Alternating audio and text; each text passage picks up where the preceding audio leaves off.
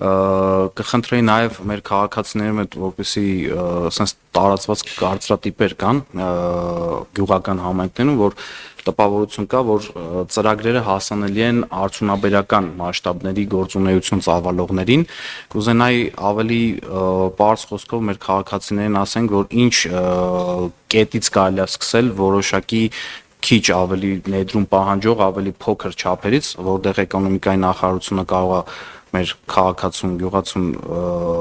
օգնի, որպեսզի կարողանա ինչ-որ կետից սկսի շարժվել առաջ այս կարծրատիպը ջարդելու համար, որ պետք չի շատ մեծ հնարավորություններով կամ այլ բիզնես ունենալ, որ ներդրումներ կարող են ներգրավել եւ նաև կուզենայի որակական ցուցանիշների մասին արտադրվող ապրանքների, այսինքն մենք ինչպիսի վերահսկողության մեխանիզմներ ենք դնում, որպեսզի այդ ապրանքները կարողանանք այլ շուկաներ հանել, բացի հիմնական արտանվող ՌԴ-ից։ Շնորհակալ եմ։ Շնորհակալ եմ,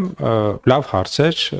տեսեք, սկսեմ առաջին հարցից, երևի հենց մի 150,000 դրամի ներդրում է անում մեր ֆերմերը, մենք արդեն կարող ենք իրեն աջակցել։ Այսինքն այդ կետը, որ ասում ենք մեծ, եթե 150,000 դրամը մեծ է, ուրեմն համաձայն եմ։ Եթե մեծ չի, ուրեմն համաձայն չեմ։ Ինչի համար եմ դա ասում։ Օրինակ, հիմա մենք ունենք գարնանացանի աջակցության ծրագիր, երբ որ կարտոֆիլ են ցանում, գարի են ցանում, ցորեն են ցանում եւ բազմաթիվ այլ մշակաբույսեր եւ ամեն հեկտարի համար կառավարությունը ֆինանսավորում է։ Օրինակ, 1 հեկտար գարի են ցանում, պետությունը օրինակ 80,000 դրամ իրենց փող է տալիս, ծախսերը մոտավորապես կազմում են մինչեւ ենթադրենք 160-170,000 դրամ մի հեկտարի, պետությունը այդ ծախսերի կեսը տալիս է, այսինքն ստացվում է, որ 160,000 ինքը ծախս անում, պետությունը 80,000 դրամ իրեն տալիս է 50% սուբսիդավորումը, այդ ինձ թվում է արդեն գյուղատնտեսությամբ զբաղվող ցանկացած ուրեմն տնտեսվարող սուբյեկտի համար հասանելի ծրագիր է։ Ավելի ներքև գնանք, շատ գյուղատնտեսական տնտեսություններ այսօր ընդ որում էական չի, իրանք փոքր են, մեկ գյուղատնտեսական տնտեսությունն է, թե մեկ օրինակ անասուն ունի, թե 15 անասուն։ Մենք արհեստական սերմնավորման ծրագիր ենք իրականացնում, այսինքն ունի մարդը մեկ անասուն։ Մեկ անասունի համար այդ արհեստական սերմնավորումը արժի 15,000 դրամ։ Պետությունը 10,000 դրամը վճարում է, 5,000 դրամը վճարում է բիզնեսը։ Հիմա ներողություն գյուղացին, այսինքն ստացվում է, որ էլի փոքր տնտեսվարողի համար մենք աջակցության շատ կոնկրետ ուրեմն ծրագիր ենք անում։ Կամ մեկ այլ աջակցության ծրագիր, որ շատ մեծ ծավալի է, դա այդ բնականաբար օրինակ պատվաստումները եւ այլ։ Դրանք նույնպես իրականում մեծ գումարներ են, որոնք որ պետությունը էլի ծախսում է, որպեսզի համաճարակներ այս առումով չլինեն։ Շարունակեմ էլի փոքր ծրագրերի մասին, հա, օրինակ գյուղատնտեսական հումքի մթերումներ։ Կներեք, հիմա օրինակ այս տարի կաթի մթերման հետ կապված մենք լսել ենք բողոք, չենք լսել, որովհետև օրինակ մթերողների վարկերի տոկոսադրույքները սուբսիդավորում ենք։ Խաղողի համար լսել ենք բողոք, 240,000 տոննա, 250,000 տոննա խաղող է մթերվել։ Անցած տարվա համեմատ 216,000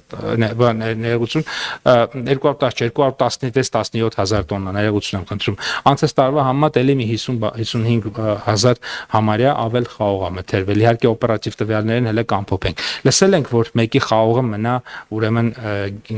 դաշտում, չէ։ Ընդհակառակը լսել ենք, որ կներեք մինչև հատիկները հավաքում են, բերում են, հանձնում են ու մարդիկ ընդունում են։ Լսել ենք, որ սեղանի խաղողը տանում են ներողություն, ուրեմն շուկայում վաճառելու են, մի մասը, որը լավը չի վաճառում, դա ենք տանում, հանձնում։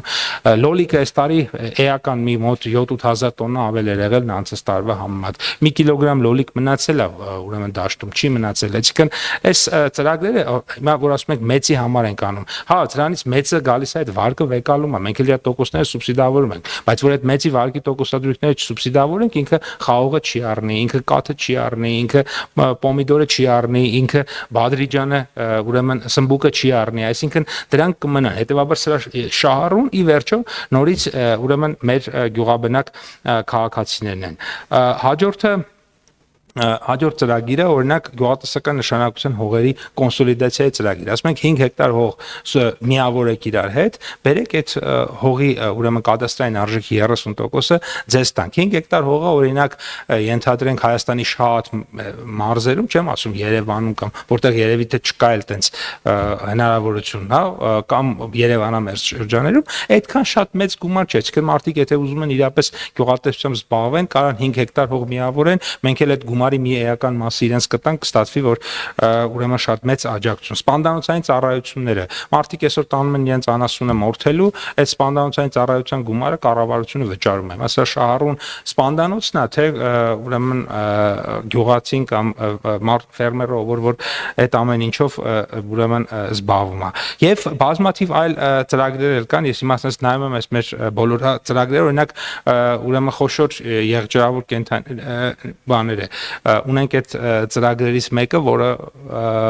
երբ որ 50%, ասենք, պետությունը վճարում է, եթե ինքը օրինակ սկսած 5 հատ ոչխարից, այսինքն այդ գնա տոհմային 5 հատ ոչխարը առնում, հա, այդ որը հա կարող է մի ոչխարը լինի 200,000, 300,000 եւ այլն, բայց 5 հատից առնում է գումարի կեսը տալիս ենք, այսինքն ընդամենը մի քանի 100,000 ներդրում եւ կառավարությունը քեզ քո ներդրածի կեսը հետա ուրեմն վերադարձնում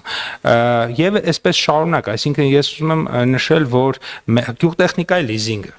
ասենք 8 միլիոն դրամով տրակտոր կա։ Այդ 8 միլիոն դրամի տրակտորի 20%-ը ինքը վճարում է, մնացած տոկոսների մեծ մասը կամ ամբողջությամբ կառավարությունն է վճարում։ Այսինքն այդ 8 միլիոն դրամը խոշոր բիզնեսին հասանելի միայն բան է, չէ, այսինքն ուզում եմ ասել, որ մեր ծրագրերում իրականում այստեղ շատ լավ այդ բալանսը պահված է, հասկանալ, այսինքն մենք նույնիսկ քննադատության ենք ենթարկվում փոքր ծրագրեր ունենալու համար, որովհետև դրանց այդ ձեր առաջի հարցին եթե վերադառնամ, եթե տնտեսական արդյունավետությունը դիտարկենք, մեր ամենաքիչ արդյունավետ ծրագրերը դրանք փոքր ծրագրերն են եւ ամենամեծ արդյունավետությունը ծրագրերը մեծ ծրագրեր են, բայց հաշվի առնելով նաեւ սոցիալական բաղադրիչը, հաշվի առնելով, որ 100,000-ավոր մարդկանց է վերաբերվում, բնականաբար պետությունը այդտեղ միայն տնտեսագիտական բանով չենք, էլի բալանսով չենք նայում ենք նաեւ բազմաթիվ այլ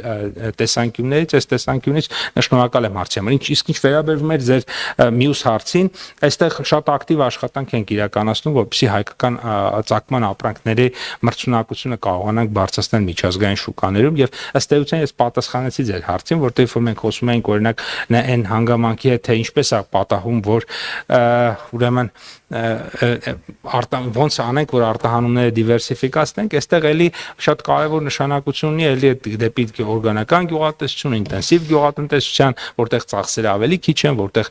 պեստիցիդների եւ ուրեմն պարարտանյութերի քանակը կամ որոշակի տրամաբանության մեջ է կամ ստանդարտներին համապատասխանող է, այսինքն այս քաղաքականություններն ենք վարում, զուգահեռ նաեւ մեր արտահանման ռազմավարության մեջ տրանսպորտային աջակցության գործիքակազմեր ենք ներդրել, զուգահեռ նաեւ այսօր մի հատ աջակցության ծրագիր ունենք, որը կոչվում է ուրեմն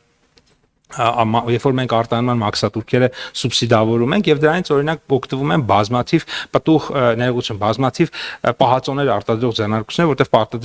պատրաստի արտադրանքի համար ենք տալիս այդ սուբսիդավորումը։ Հիմա երբ որ մենք օրինակ ինչ որևէ գործարար եվրոպական միության երկիր ենթադրենք արտահանում է պահածոներ, մենք այդ պահածոների մաքսատուրքը իրեն հետ ենք վերադարձնում։ Դա բերում է նրան, որ ինքը օրինակ ավելի շատ սմբուկ է գնում, բերում է նրան, որ ավելի շատ